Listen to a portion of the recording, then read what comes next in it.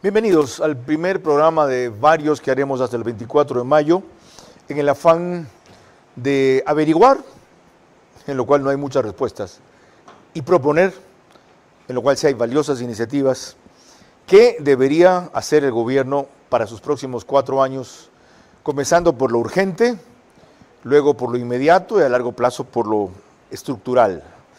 Por lo menos antes del 24 de mayo y en 3 campos principales. Economía, que empezamos hoy, seguridad, que proseguiremos luego, empleo después, más adelante energía y para concluir salud.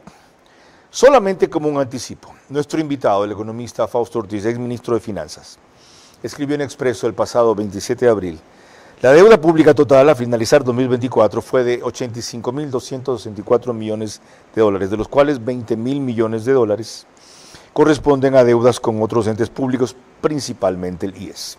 Es decir, sería 65.000 millones más o menos, excluido eso.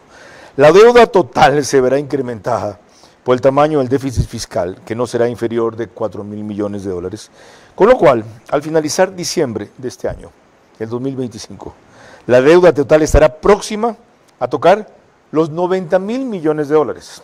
Eso en un país que tiene un Producto Interno Bruto de 124.000 millones de dólares. Pero el presidente Noboa es optimista sobre el futuro y en la reciente gira, en una entrevista concedida recién, esbozó algunas de las herramientas que piensa poner en marcha para enfrentar esta crítica situación. Necesitamos atraer inversión extranjera, más que nada, y también buscar alternativas. Dando confianza bajamos el riesgo país. Si logramos bajar el riesgo país, se puede hacer una emisión de bonos, acceder a los mercados, tener deuda más a largo plazo y ese dinero usarlo en inversión en infraestructura, en inversión en servicios, en salud, en educación, y también generaría mucho empleo. En los fundamentos de la economía y los números del Ecuador en este momento no están mal. Tenemos una inflación del 0,3%. Tenemos récord en depósitos en la banca, más de 55.000 millones. Hemos duplicado las reservas internacionales de cómo recibimos el país al inicio. Hay crecimiento de más del 20% en exportaciones no petroleras. Hay cosas positivas que en conjunto deben de generar mayor confianza, digamos, de atraer inversionistas. Vera a su manera. Llega gracias al auspicio de... La apuesta principal, como vieron, del presidente Noboa, y la propuesta principal de muchos sectores es inversión, inversión, inversión, inversión, inversión. Ajá, pues eso no es así. Es un proceso largo. Y hasta tanto. Bueno, Vicente Albornoz añade algunos elementos a qué debería ser lo más urgente en economía. El gobierno lo tiene clarísimo. Aquí necesitamos inversión para crecer y auxilio en temas de seguridad. Y mi sensación es que el presidente fue básicamente hacer esas dos cosas. Buscar inversiones que vengan al Ecuador para que nos permitan crecer y buscar asistencia en temas de seguridad. Sobre todo, eso me parece que estuvo con más de importancia en la visita a Israel. La inversión pública en el Ecuador tiene algunas características. En general es bastante ineficiente. No, el gobierno no es bueno invirtiendo, acaba invirtiendo en cosas que no son tan útiles. Construyen carreteras que no son utilizadas al 100% su capacidad. Donde hay carreteras sobrecargadas, no construyen más carreteras, ese tipo de cosas. No tenemos una inversión altamente eficiente, altamente rentable desde un punto de vista social de parte del Estado. Entonces, por un lado, eso no es lo que más aporta al crecimiento, la verdad. Y segundo, y ese es el gran problema, no hay plata, no hay plata. El gobierno está con las justas, llegando a cubrir sus gastos, no tiene plata para lanzarse a grandes inversiones de ninguna manera. No, en realidad el gran reto de la economía ecuatoriana a mediano plazo es vivir incluso sin inversión pública. Terrible. En verdad, estamos así de mal, estando los indicadores tan bien, no siendo óptimos, superiores, los mejores, tan bien. Y ya van a ver por qué lo digo, los datos del último artículo de Fausto Ortiz ayer en Expreso. Eso empezaremos a explorar en los próximos 60 minutos.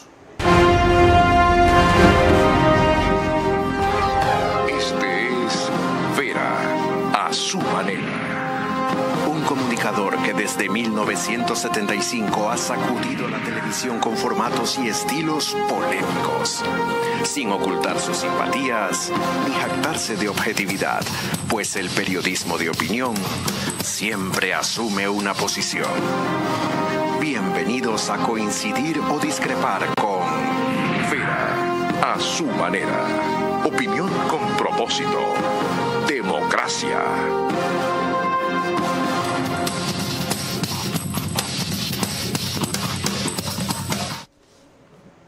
Buenas noches. Lo último a lo que me refería, porque Fausto Ortiz ha estado invitado aquí varias veces y no necesita mayor presentación, lo publicó ayer en un artículo expreso denominado Hablando del rebote, que cerraba destacando principalmente esto. Los créditos al sector privado, que al cerrar el 2024 crecían 6.2%, en el primer trimestre de este año crecen 6.9%. Las ventas de vehículos siguen mostrando números rojos y con más fuerza en este primer trimestre, menos 19.8%. Necesito que no me hagan bulla adentro, por favor, hablen más bajo. Hablen más bajo adentro, ¿ok? Quien sea que esté gritando. Disculpen. Porque se juntó el anticipo de compra de vehículos con la información de aprobación del aumento del IVA del 12 al 15% en la Asamblea Nacional. La información de venta está disponible hasta febrero y reflejó un crecimiento de 7.5% en estos primeros 2 meses del año. Se puede ir adelantando que la recuperación o rebote, por eso se llama así el artículo, luego del proceso electoral, podría ser incluso mayor al estimado por el Banco Central del Ecuador, que dijo 1.52% creceríamos este año. El crecimiento anual de crédito al finalizar abril abre espacio para esperar mejores números. Es decir, las señales son esperanzadoras. Para que se consoliden y se amplíen, ¿qué es lo urgente que se debe hacer? Entendido por urgente, las primeras acciones en el primer trimestre del gobierno. Bienvenido, economista. Sí, gracias, Carlos. Quizás para ubicarnos ahí también. El año pasado, en abril del año 2024 contra el 23, los depósitos solamente crecían 6%. Este año están creciendo 19%, es decir, plata en la banca hay para crecer. El año pasado el crédito crecía el mismo 6% y este año está creciendo 12% a los datos del mes de abril. Es decir, hay espacio para crecer más. Entonces, una buena señal sería que el crédito crezca este año cercano a los 2 dígitos, es decir, cercano al 15%, que se vaya tocando el 20%. Ese es un crecimiento que ayudaría mucho a la economía. Plata tiene por el lado de los depósitos, lo que necesita es la gente tener la tranquilidad de que hay un horizonte un poco más largo para poder hacer los proyectos que dejaron a un lado y retomarlos para incorporar sus deseos de hacer inversión y contratar personal. ¿Quién debe darle ese horizonte un poco más largo? Ya el resultado de la última elección del 13 de abril nos lo dio, es decir, ya es mucho más claro que vamos a tener 4 años de relativa calma, sin elementos de incertidumbre, y entonces eso creo que es una condición necesaria para que la gente diga, estoy apostándole a este proyecto que yo lo hubiera descartado si hubiera sido otro resultado electoral. Lo cual se debe complementar con qué medidas urgentes a corto plazo o dejando de tomar qué medidas a corto plazo.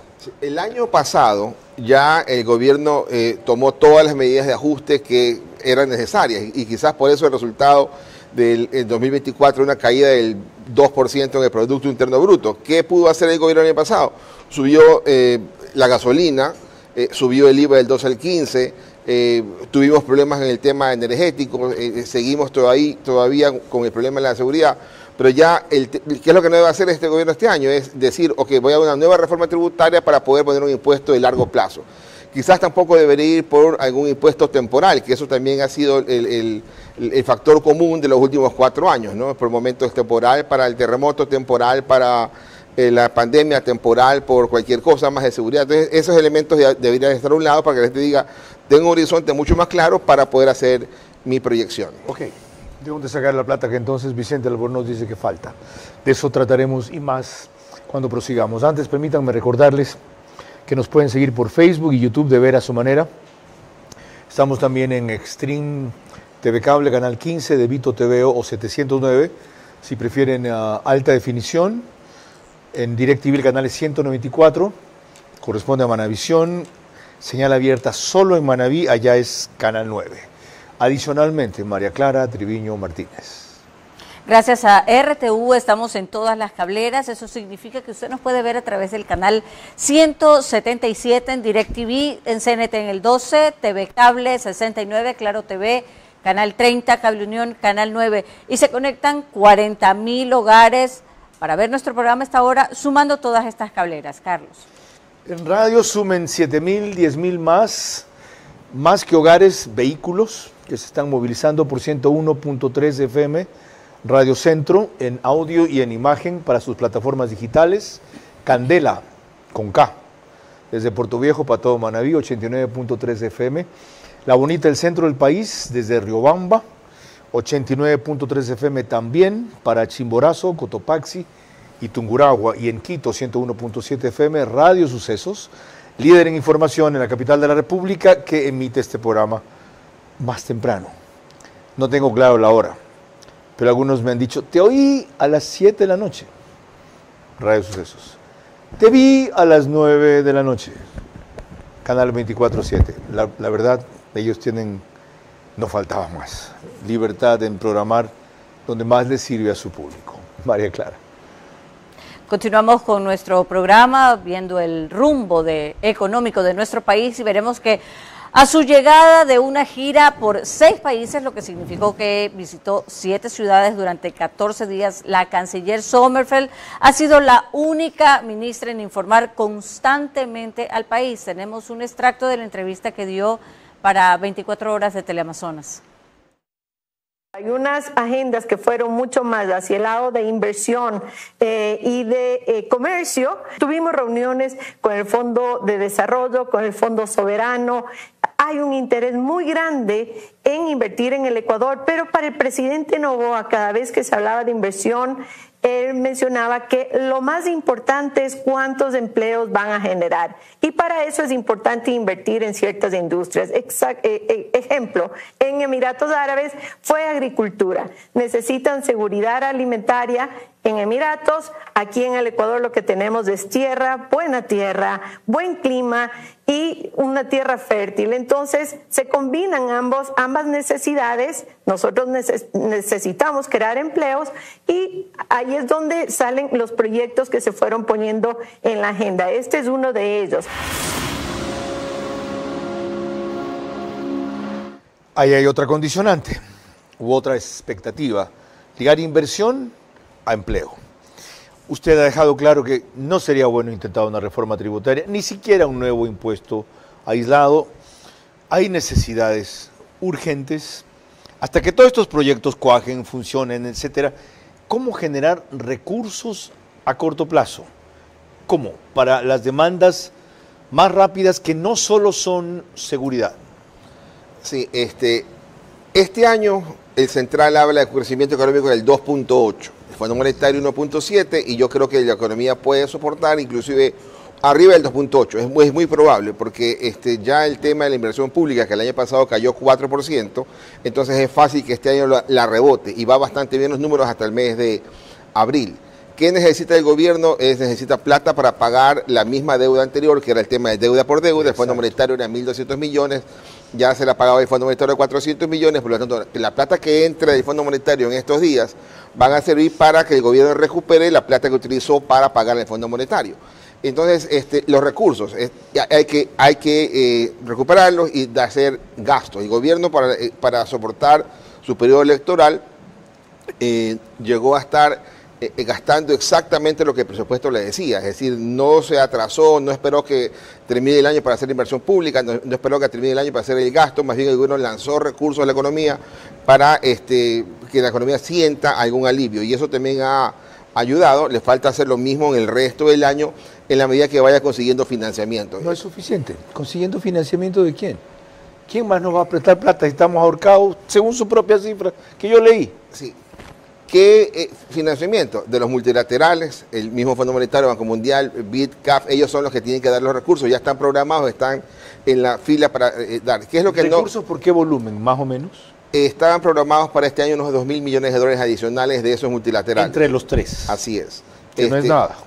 Sin ser desdeñables. Sirve para pagarle a ellos mismos, porque de alguna manera son el Fondo Monetario 1.200 millones para este año, el Banco Mundial 600 millones, China son 600 millones más, que de ellos no van a tener plata fresca, pero hace falta. O sea, vamos a seguir en lo mismo. Lo mismo. Sí, ¿qué es la parte que no logra el gobierno sustituir todavía, que el presidente de la República lo mencionó? La colocación de bonos internacionales. Eso ahí está todavía demorado, eso quizás empecemos en el 2026. ¿No es un buen momento para una nueva emisión de bonos? No, yo creo que hay que esperar la señal clara y contundente de decir en el 2026 he pagado los primeros 600 millones de dólares en bonos de los bonos 2030 que tienen 5 años de pago desde el 2026. O sea, ¿no siente usted la angustia de otros sectores, de repente la impaciencia mía, de que ahora es cuando, así como en la constituyente en lo político por un lado, en lo económico por otro lado? Dimos las señales correctas, ganó la opción correcta, hay algunos indicadores como los que usted cita que van en el buen sentido. ¿No es el momento de meter el acelerador sin tampoco pasarse? No es el gobierno el llamado a reactivar la economía.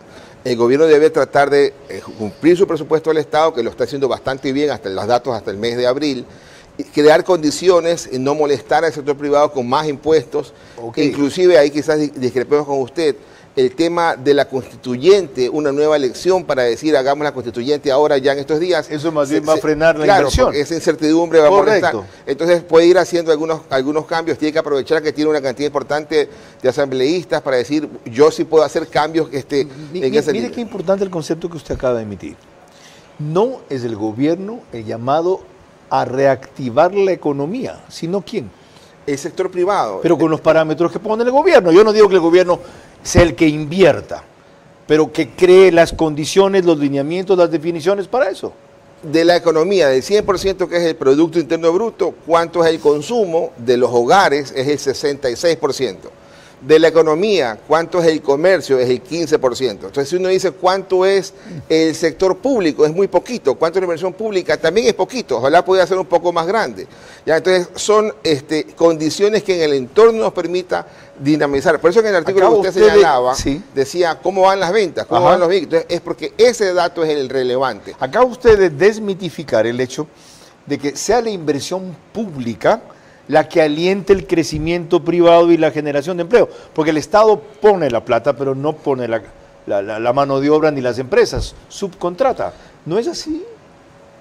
El Estado puede incidir en la economía cuando, por ejemplo, en el 2007 la obra pública eran 2.500 millones de dólares y pasó al año siguiente a 5.000 y a 8.000 a 14.000. Ahí el Estado incidía.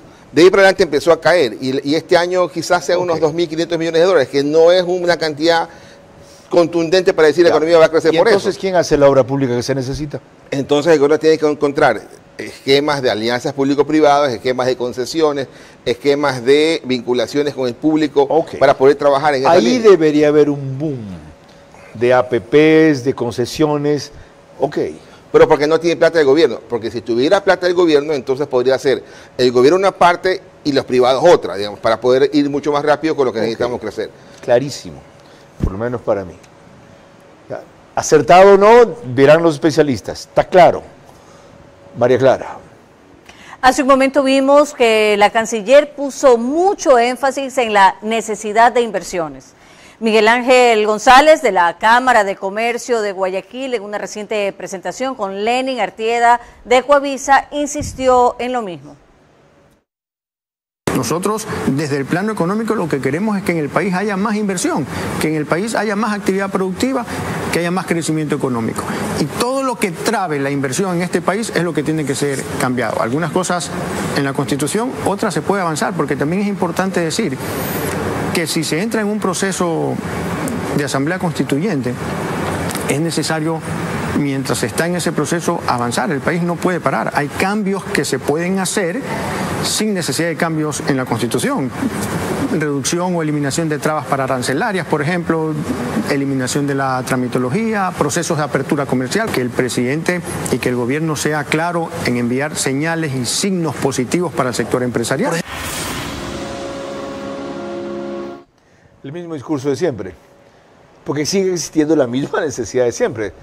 También hay que reconocerlo. Ok, ¿qué otros signos claros? Yo le decía, la obra pública se requiere, usted dice, no, no es que no se deje de hacer, es que la haga el sector privado. ¿Cómo? Concesiones, APPs, ¿qué más? A ver, cuando uno en economía habla de la formación bruta de capital fijo, que es la obra de largo plazo, ahí tiene dos componentes, el público y el privado. Es decir, el sector privado también hace inversión de largo plazo. Por momentos el sector privado es más importante que el público. Entonces el asunto es que el sector privado siga haciendo su negocio, su planta, su industria, y eso es inversión de largo plazo, y que también el gobierno vaya haciéndolo, y si le falta espacio y no tiene recursos, entonces que llame al sector privado a que se embarque en ese proyecto. Ahí entramos con las limitaciones, en cambio, de la actual Constitución, sin hablar de la futura constituyente. Que yo lo siga haciendo. Entonces, me acaban de ampliar como gran cosa de 10 megavatios a 100 megavatios lo que yo puedo invertir para generación eléctrica. No jodas. ¿Ya? Cuando no me pongan límites, yo invierto. ¿Qué les respondemos? Entonces hay que hacer cambios en la Constitución, que habría que checar si lo hacemos cambios puntuales o hacemos grandes cambios en algún momento ya que esté la economía más consolidada. No se puede desaprovechar el momento actual del ciclo económico. El ciclo económico tiene auges y tiene caídas. El año pasado fue el momento de la caída y este año es el año de la recuperación. No puedes, cuando la economía va a recuperarse, clavarle impuestos, subirle otras contribuciones que van a afectar. Hay que dejar que la economía fluya y que ésta crezca, porque tiene el dinamismo para crecer. No puede hoy día detenerla. El presidente de la República en el debate antes de la segunda vuelta decía, la economía podría crecer 4%. Yo le compro ese número. Para mí estaba entre 2.8 y 3.5, pero si es que no le mete por ahí un freno. Entonces el gobierno tiene la gran responsabilidad de no frenar la economía. El gobierno plantea como gran meta, que quizás hay un error, de que la inflación es de 0.3%. Eso no es ninguna meta, eso es una consecuencia de que la economía está parada. Correcto. ¿Ya? Entonces, como no tengo plata en la economía, ¿con qué plata voy a hacer que suba el precio de tal o cual producto? Entonces, necesitamos una economía mucho más dinámica. Y si tengo que tolerar un poquito de inflación, la tolero. Pero entonces, lo que hace falta es el dinamismo en la economía. Crear condiciones para que la gente consiga trabajo, para que la gente se emplee y que el empresario tenga también a quien más vender. Enseguida seguiremos explorando precisamente eso. María Clara. En el siguiente bloque estará con nosotros Alberto Acosta, delineando algunos de los obstáculos que debería derribar la próxima constituyente, mientras que Lucio Paredes, por su parte, recuerda la incertidumbre que nuestro gran aliado Estados Unidos pone en la economía. Las definiciones de acciones urgentes con la economía del Ecuador se harán el 24 de mayo. Hasta tanto, todos los sectores que tienen algo que aportar deberían hablar. Alto y claro, concreto y constructivo, y ya no con generalidades. Le preguntaba a María Clara si va a lo de Paloma San Basilio el 29 de mayo, y me dice, me encantaba, pero le gusta más a mi mamá. A mí también me encanta. Conclusión, ok. El reprise es por OnePlus, Canal 14, el mismo número en las 3 cableras que lo reproducen, Extreme TV Cables, NT, Claro TV, solo que al día siguiente, 6 de la mañana, en un horario más cómodo para muchos de ustedes. En el periódico digital Ecuador en Vivo reproduce un resumen en su portal principal y página de noticias. Un rato me quedé pensando porque mañana su director va a estar aquí, Alfonso Pérez Serrano, y junto con él el mayor Fidel Araujo. Los dos fueron perseguidos por el correísmo. Alfonso Pérez le dieron una paliza para matarlo y sobrevivió. Y el que va de relevo ahora de la señora Schettini, si es que no entra a la asamblea, ese que dirige el grupo de pepones, la Guardia de Choque, ese, Santiago Díaz creo que se llama. ¿Ya? Y ya conocen la historia del mayor Fidel Araujo. Fue afuera el 30S cuando había incidentes y le vieron un bulto aquí y dijeron que le guardaba una pistola, una metralleta para atentar. Bueno, ellos vienen a contar su experiencia para que ustedes no se olviden quién es el brazo político del crimen organizado en este país, que es la principal fuerza política todavía estructurada como tal y como organización, todavía. No se olviden, esos que cuando matan a 11 militares, como cobardemente los masacraron, no arma gran escándalo. Y cuando caen 1 o 2 sicarios, se tentan contra los derechos humanos. Quieren que los cojan presos, que los lleven ante un juez para que los libere o a una cárcel para que se fuguen o desde ahí sigan controlando todo lo que hacen. Esos. María Clara.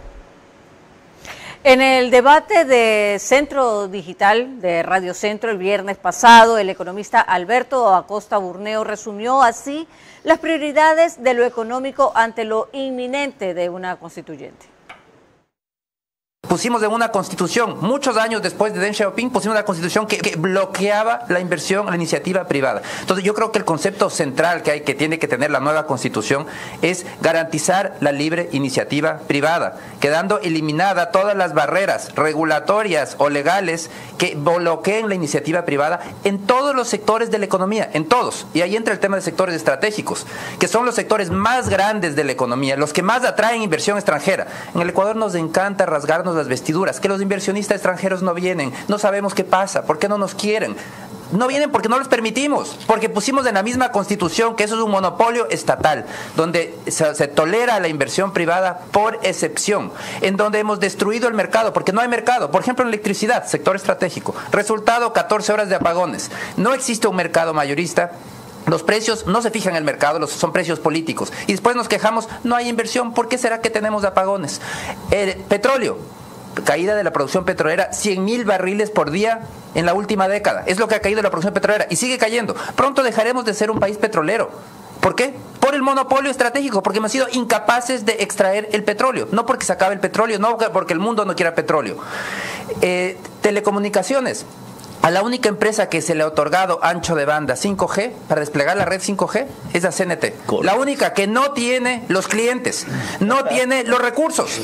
De esa manera bloqueamos el crecimiento. Minería, otro sector estratégico. Llevamos décadas de atraso frente a Perú o a Colombia. Es decir, bloqueamos las oportunidades de generar riqueza, de generar crecimiento por unos prejuicios arcaicos, estatistas, que decimos, no, los privados se van a llevar, van a ganar plata, qué barbaridad. Es que los mismos comunistas chinos entendieron que tenían que abrir su economía a la inversión privada y lo hicieron, y de esa manera tuvimos el crecimiento gigantesco que ha tenido China. Entonces la nueva constitución tiene que, como corazón de la constitución, es de garantizar la libre iniciativa privada.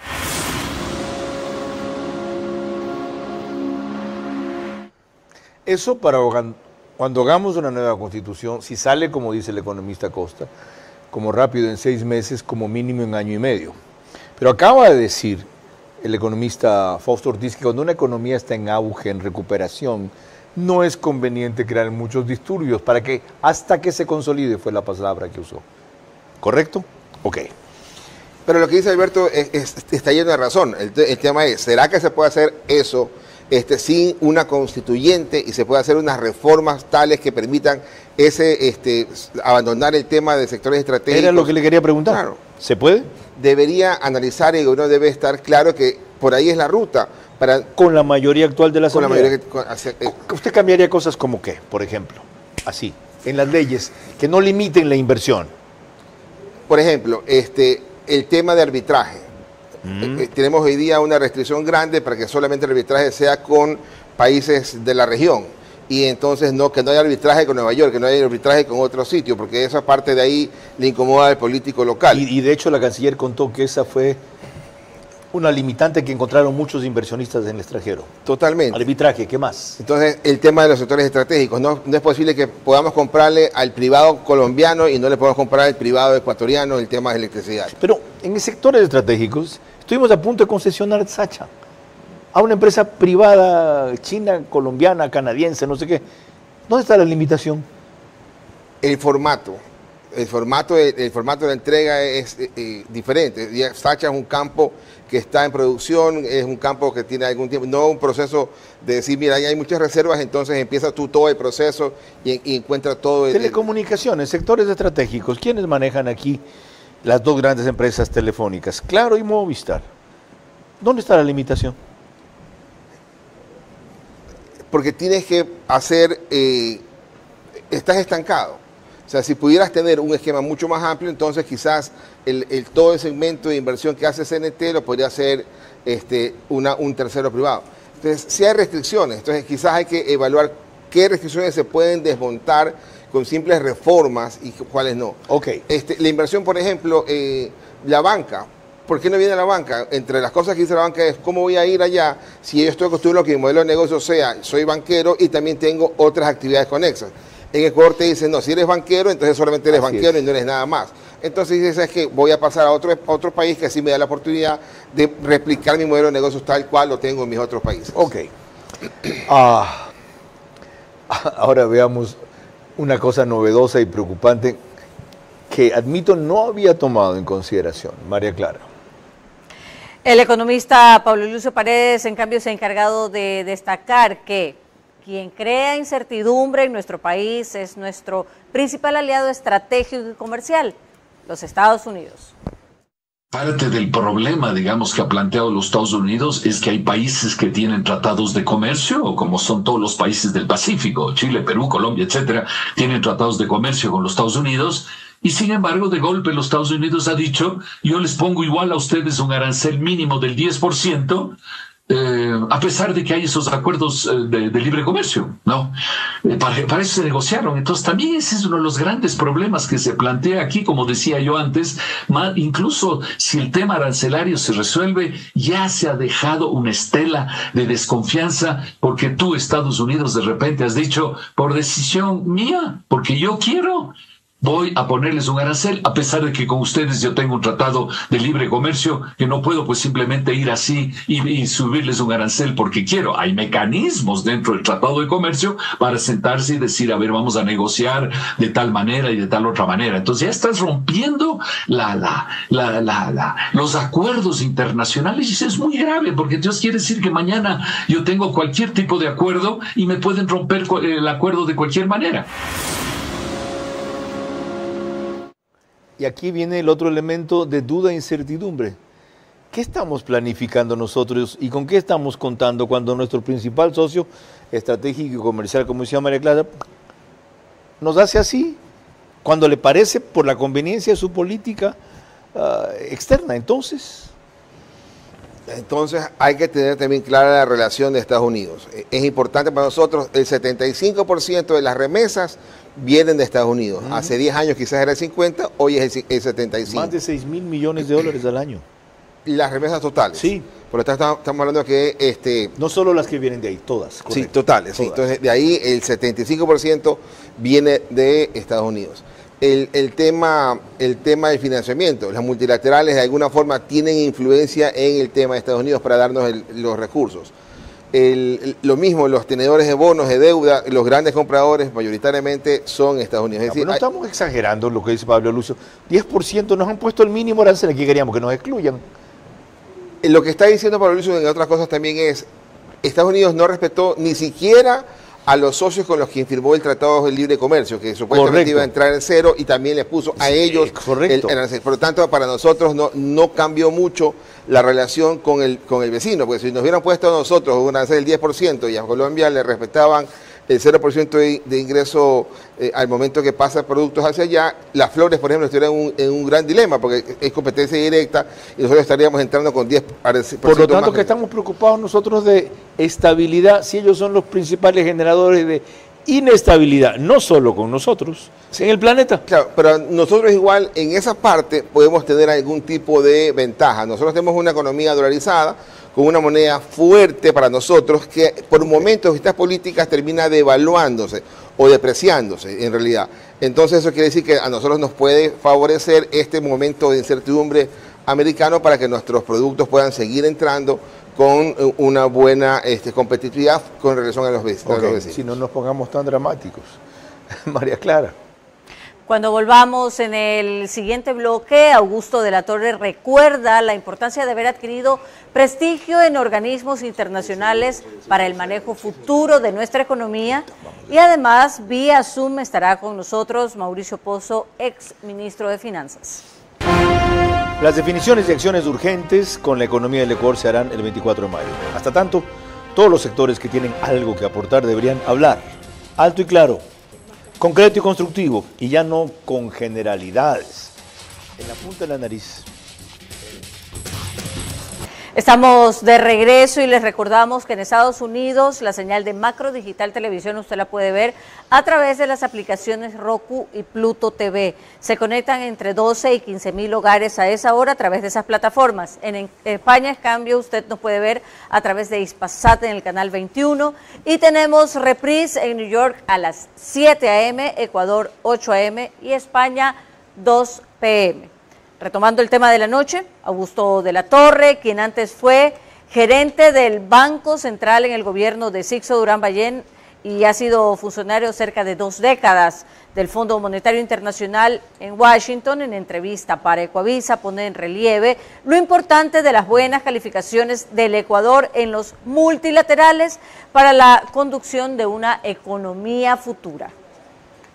Ecuador se ha ganado algunos puntos de buena reputación con el Fondo Monetario Internacional, el Banco Mundial, el BID, es decir, con la comunidad de instituciones multilaterales, porque realizó importantes reformas permanentes, especialmente en grado fiscal. Yo diría que la que más ayudó fue la elevación de la tasa del IVA, que es una medida permanente de gran importancia. Entonces el gobierno tiene la oportunidad de presentar algo que, por un lado, empiece a generar la reducción de la deuda pública como porcentaje del PIB. Originalmente se había pensado que el esfuerzo fiscal y el crecimiento de la economía juntos iban a empezar a generar una caída de la deuda como porcentaje del PIB a partir del año 26. Entonces creo que esa visión va a seguir manteniéndose ahí.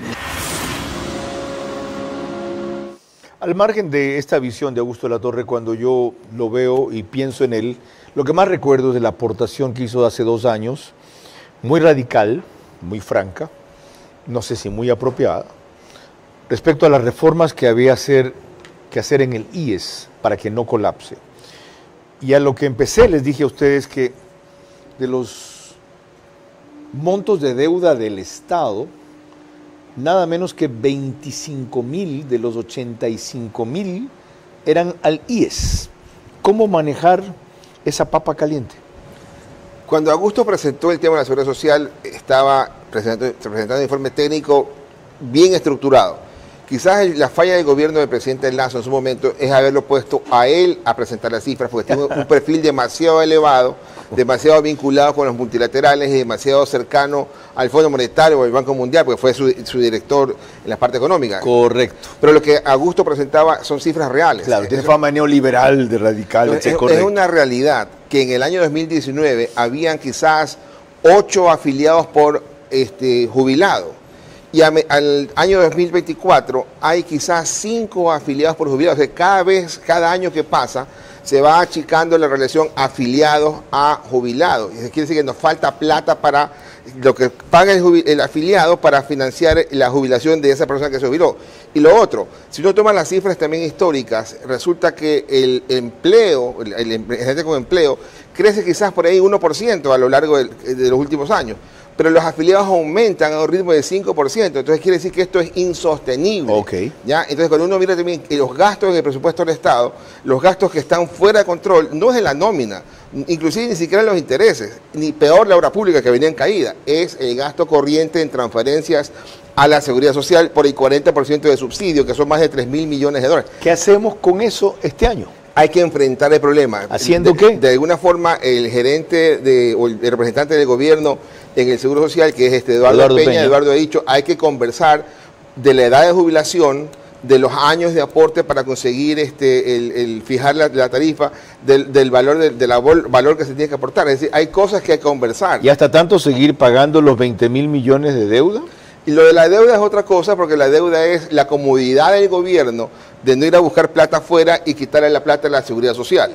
En este año, por ejemplo, en el 2025, hemos colocado como país más de 4.000 millones de dólares en bonos de deuda interna. Cuando uno dice bonos de deuda interna... ¿En 4 meses? En 4 meses, como 4.000 millones. Entonces, cuando uno dice bonos de deuda interna, el número que se viene a la cabeza es la seguridad social. Correcto. ¿Y para qué tomaste esa plata? El IES. Claro, ¿para qué? Para pagarle al IES 1.100 millones de dólares de deudas viejas, para pagar vencimientos de deuda interna por 900 millones. Entonces, eso es, otra vez, deuda por deuda. Por lo tanto, ¿debería cesar esa práctica? ¿Puede cesar o debería disminuir? No, lo que debería es no estar tomando deuda para pagarle el 40%, porque el 40% es un gasto corriente si no, que no puede ser financiado con deuda. Entonces, necesita generar ingresos, mejorar la recaudación tributaria, que la economía crezca para que pague más impuestos. El año pasado fueron 16.400 millones de dólares en impuestos. Ahora apuntan a 19.000. Sí, pero eso es lo que recibe el SRI seguramente, pero Finanzas recibe un poco menos, quizás 2.000 millones menos, son 17.000 millones. Okay. Yo creo que vamos a aumentar, del año pasado acá vamos a aumentar unos 1.000 millones. Fácilmente Finanzas va a recibir algo así como 17.500 millones. Pero ese valor expresado con el tamaño de la economía, que usted lo señalaba al arranque también, más de 120.000 millones de dólares, es menor frente a ese ingreso de impuestos frente al PIB, es menor que lo que teníamos en el 2015. Entonces nos está faltando dinamismo en la economía, que es lo que decimos, ojalá nos den espacio a que la economía se dinamice. Ya no es ojalá, eso se hace o nos hundimos. Y acaba de destacar Fausto Ortiz lo clave que es empezar a resolver responsablemente el asunto IES, o se va a pique el barco. María Clara. Cuando volvamos en el siguiente bloque, el problema eléctrico que se viene otra vez y la forma en que su manejo repercutirá sobre los objetivos económicos. Además nos acompañará Mauricio Pozo, exministro de Finanzas vía Zoom. Las definiciones y acciones urgentes con la economía en el Ecuador se harán el 24 de mayo. Hasta tanto, todos los sectores que tienen algo que aportar deberían hablar. Alto y claro, concreto y constructivo, y ya no con generalidades. Les recuerdo que el canal 24/7 y su estudio desde donde emitimos y en donde grabamos, pueden verlo ustedes también en todas esas cableras y señales que aparecen en pantalla. Completemos lo que dijo un exministro de Finanzas con otro exministro de Finanzas. Mauricio Pozo, gracias por esperarnos y contactarnos. ¿Es usted partidario de una ruptura de las políticas económicas formales, tradicionales que se han hecho hasta ahora al comenzar todo gobierno como hasta el momento? ¿O debe el gobierno ser más audaz e ir más rápido? A corto plazo, el presidente Noboa debe recuperar el fortalecimiento de los equilibrios, sobre todo fiscales, toda vez que al cierre del año pasado, del 24, había una mejora frente al cierre del año previo. Pero lamentablemente en las últimas fechas, en los últimos meses, ha habido un deterioro. Simplemente para ilustración, 1.300 millones en atrasos en los 3-4 meses de este año, más los 4.000 millones de atrasos del año pasado y de años previos. Estamos hablando de más de 5.000 millones. Hay recuperación de reservas, en eso lo ha ido mejor, pero el déficit fiscal, producto probablemente de todos los ofrecimientos de campaña, para este año ya está apuntando a los 5.000 millones. Entonces tiene que recuperar la estabilidad en el plazo corto y para ello tendrá que renegociar metas dentro del programa con el Fondo Monetario, que es algo que tienen que preservar. Ya que usted habló del corto plazo, prosigamos un poco por ahí, más allá de lo que acaba de anticipar. ¿Cuáles son las medidas que se pueden tomar ya? ¿Y cuáles, algunas, a largo plazo, que dependen ya sea de reformas legales, como las que aquí ha sugerido, que deben hacerse primero Fausto Ortiz, o de la constituyente, de lo cual hay otros entusiastas?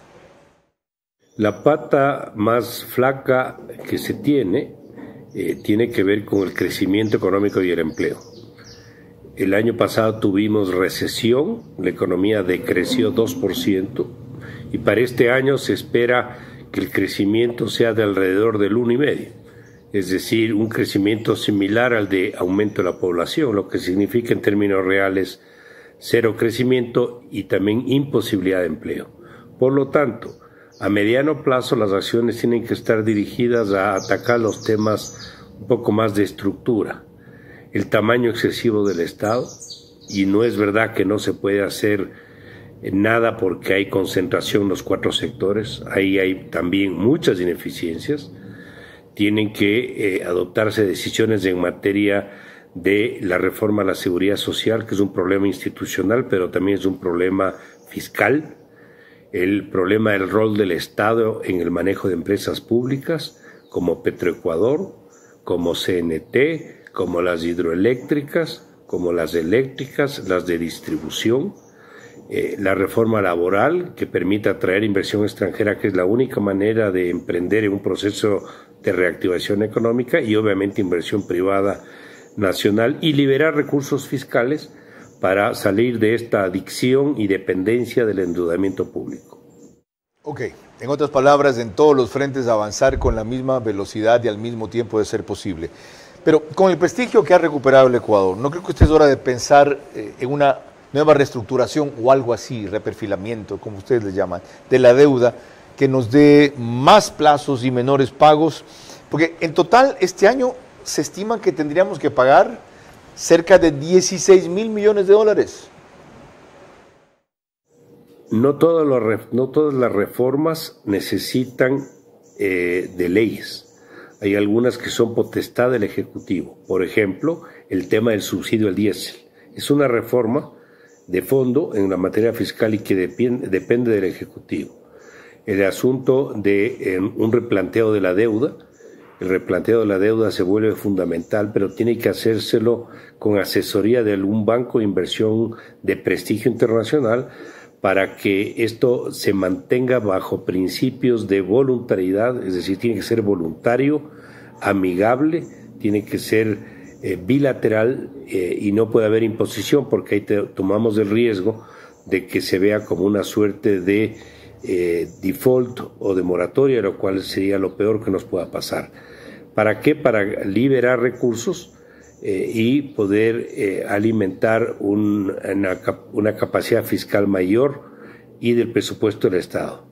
No solo es la deuda externa, en este caso contenedores de bonos, también creo que se puede trabajar la deuda externa bilateral de gobierno a gobierno, por ejemplo con la China, y creo que también se puede trabajar algo de la deuda interna. Todo eso efectivamente suma una cifra muy grande, solo la parte externa de la deuda con los multilaterales y con los tenedores de bonos está en alrededor de 7 mil millones anuales. Qué interesante. Hemos puesto luz al final del túnel y hemos empezado a andar el camino, o propuesto. No nos corresponde a nosotros hacer eso. María Clara.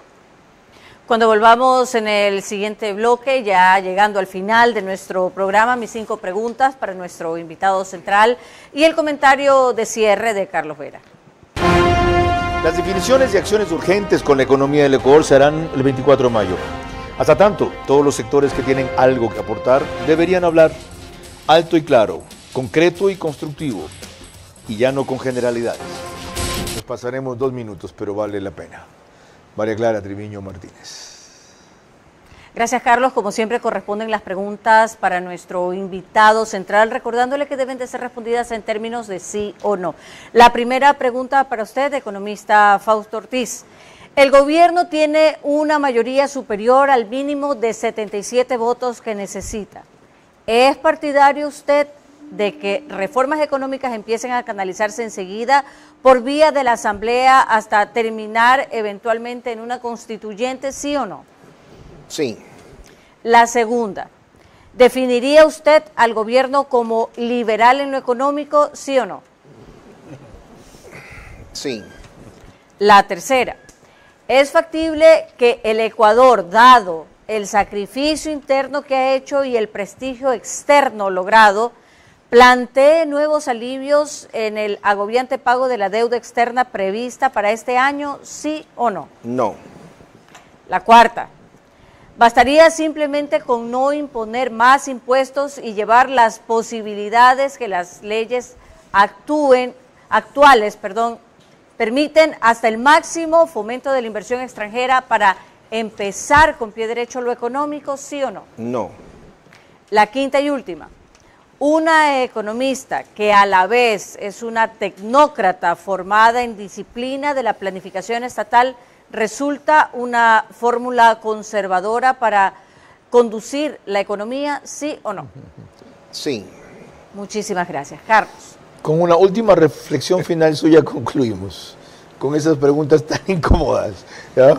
Sí, veamos una de las preguntas incómodas. A ver. El tema de los impuestos, porque al final metió el tema de inversión extranjera directa. Digamos. Correcto. Entonces, Impuestos para Ecuador, yo creo que no hace falta. Quizás impuestos para aliviar un poco el ambiente, para que la inversión extranjera venga, sí, digamos. Entonces, el tema es distinto, Aclarado. la inversión extranjera y la local.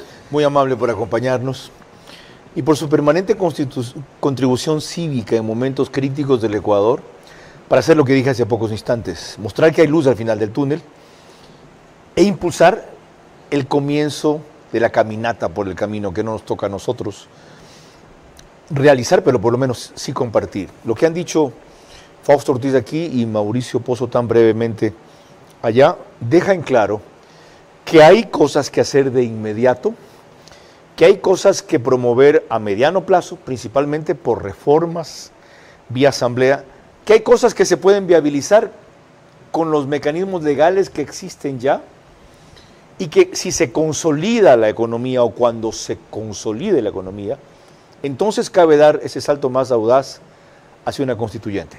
Bueno, ese será el gran debate. Lo que no se puede seguir debatiendo, ni cabe para nada seguir dudando, es que a partir del 24 de mayo, las señales del gobierno deben ser inequívocas, claras, no generales, como han sido hasta ahora.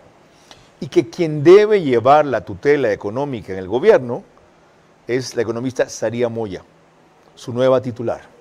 ¿Qué capacidad para eso le sobra? Trayectoria pública en el sector de planificación también. Pero su rol exige ahora hablar, orientar, definir, contestar, no callar. María Clara. El día de mañana a las 22 horas estaremos aquí con dos perseguidos por el correísmo, Alfonso Pérez Serrano y el mayor Fidel Araujo, tratando los peligros que siguen sirviéndose en la República con ese grupo político. Por ahora, gracias por su gentil compañía y que pasen buenas noches.